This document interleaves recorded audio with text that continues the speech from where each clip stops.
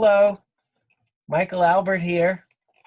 Um, I'm going to record a video demonstration of how to make a collage out of a cereal box for you. So I hope everybody is looking forward to being creative and making some art right now. This is an example of one of my cereal box collages, the Frosted Flakes cereal box. And this is a page in my book, which is called An Artist's America, which you might be able to find at your local library. I would go to their website and go to their catalog and put in the title, An Artist's America, and see if it comes up. And sometimes a library branch might not have it, but it might be in their system, and you might be able to get it. And I do suggest checking out my book because it's got some good information about me as an artist and some of the projects I've done. But today I'm going to show you how to make a collage out of a cereal box. I had recorded a introductory video earlier, which I hope you've had a chance to see, where I suggested some of the materials you might need to do this project, but I'll tell you again quickly. One is you could use a cereal box. That would be ideal. And, it could be any kind of cereal box. Cheerios happens to be one of my favorites. But I also have a Honey Nut Cheerio box here. And the partially used Frosted Mini Wheats box. So you could get yourself a cereal box. If by chance you don't have a cereal box, other types of boxes will work just as well. Some examples would be this Swiss Miss Cocoa box, a pasta box. Ritz Crackers is one of my favorites. And so some sort of a package, a cardboard box that's something that you get at the store comes in would be the first thing to get. The next thing you'll need is a pair of scissors. And these are my scissors. These are grown-up scissors, but kids' scissors work just as well. And depending on your age and ability, or whatever scissors you have available, just make sure to be super careful with them because scissors are sharp and, they're not a toy, they're a tool. The other thing you will need is some glue. Regular Elmer's glue works really well. You can also get the store brand glue. This is a clear kind of a glue that you get at, at Staples or a store like that. I actually use this special acid-free glue that's called, the brand is called Linico. And it's for my special masterpieces, I use this special acid-free archival glue. But also a regular glue stick would be fine. And I guess at worst case, if you don't have any glue, tape could possibly work, if you have tape. Also, if you don't have scissors or you're unable to get scissors, you can tear the box by hand. That might be an interesting idea to try, but I think if you can get a pair of scissors, that would be best. Finally, for those of you who don't know, a collage is a picture that you make by taking pieces of different materials. Sometimes you cut them, other times you just take them and place them together in a sort of a montage. I'm gonna show you how to cut the cereal box today, but you usually take your pieces or your materials and you glue them down on something which is called the base. And a couple of good suggestions for how you might get a base. This is a writing pad, that has pages on it that you write, blank pages. And when you use the last page, there's a leftover piece of cardboard. So if you have a writing pad, this would be a perfect type of cardboard base to use, and it's a great size. Another one that I have over here is the back of a drawing pad. This used to have pages for drawing, watercolor pages, I think it was, but the back of a drawing pad also has a nice piece of cardboard you could use. But now I'm going to start. So if you need to, you could pause the video and get those materials and have them ready, because I'm going to now show you how to make a cereal box collage. Okay, so I'm going to do a Cheerio box collage. And what I've done is I've taken an empty Cheerio box, and the first thing I do is I cut the cover off of it. Because I'm only going to use the cover of the box. And, you know, take your time in cutting it. I prepared my materials a little bit because I didn't want to waste too much time on this video. But I cut the box. I cut the flaps off. You can see the bottom flap and the top flap I've cut off because I just want to use the cover of the package. One other suggestion for you, if you don't have a piece of cardboard like I showed you just before, you can take the back of the box and use the inside of the back of the box to be your base. And I can quickly show you how you can do that. You just cut the flaps off like I had just done.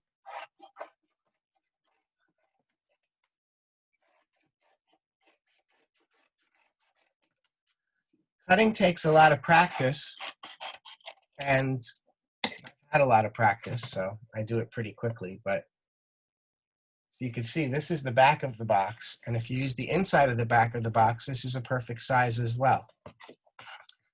So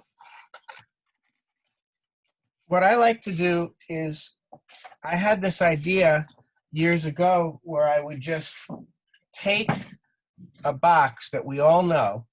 You know, the Frosted Flakes cereal box is very well known. It's in every single grocery store, and I'm sure you've seen one of these. And it's a pretty simple idea, although there's an unlimited amount of ways that you can do it, which to me is very fun and exciting. And with this, I just took the cover of the box and cut it up into a whole bunch of different pieces. And then I mixed the pieces around and put them together in my own way. And that's what I'm suggesting that you do with your box. You know, I'm going to show you a few different ways that you can cut up the box just as suggestions, but really it's up to you to decide how you want to cut the box up, what shape pieces you want to use, and how you want to arrange them. Maybe I'll show you a couple of other ones just before I get started. Here's a Cheerio box that I had cut up years ago. This is a poster I made of it. But you could see that for this, I cut out letters from the boxes, from the Cheerio box, and I spelled out different messages. Like, for example, here it says, be a friend. And here it says, courage and responsibility, and different messages like that. The Cheerio, depending on what box you pick, it might have different words and letters on it, and you might want to cut out letters and spell things if you want, or you don't have to. This was a Ritz Cracker Box collage, and I love this one. I love the colors on it. And one thing that I always do, which I'm going to also show you, is I put my initials, M-A. Can you see that? M-A. There's also an M-A in the top corner here. Those are my initials for Michael Alpert. So one thing I suggest is, as a way of signing your work, putting your initials in there somewhere. And that's something you don't have to do, but you might want to give it a try, you know? So once you have the box, and you have your scissors and your glue and your cardboard base, it's going to be time to cut your box up into pieces. And feel free to take your time, because art isn't something that needs to be rushed. You know, it's something that you're supposed to enjoy the process and, you know, let yourself be creative. And that way you come up with your own ideas and you use your materials to come up with something interesting that you've thought of and that you've created. So there's different ways that I cut the box up. One of them is into square-shaped pieces, and I'm going to show you how I do that now. So the first thing I do is I'll cut the box into a strip like this. Whoops. So I have a strip, and then I cut the strip into square-shaped pieces.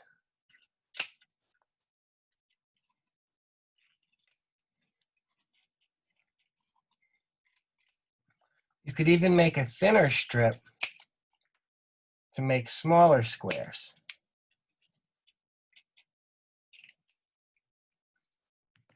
See?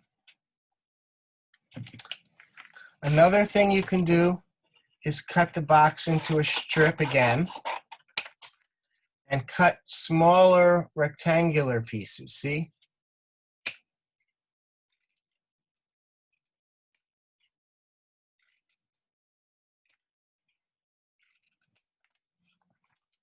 Well, here's a few of those.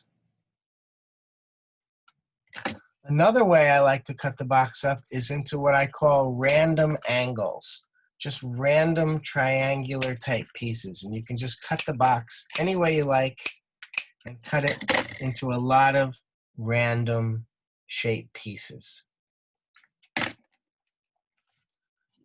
One last thing that I do sometimes is I can cut swirly shapes. So see how I can cut a circle and kind of cut around and around. This takes some practice, but you could try to do it if you want. Then I cut another swirl really close. Now, this isn't easy, but you know, you guys, practice makes perfect, and I'm sure you can give it a try and see how you do it. The other thing about this is that you could come up with your own unique shapes. But here you could see I cut out another little swirly shape, and now I have two. And those kind of look cool sometimes. And then finally, to cut out my initials, sometimes I cut out the letter in the shape of my initials. So here I cut out a square, and I'm going to make an M.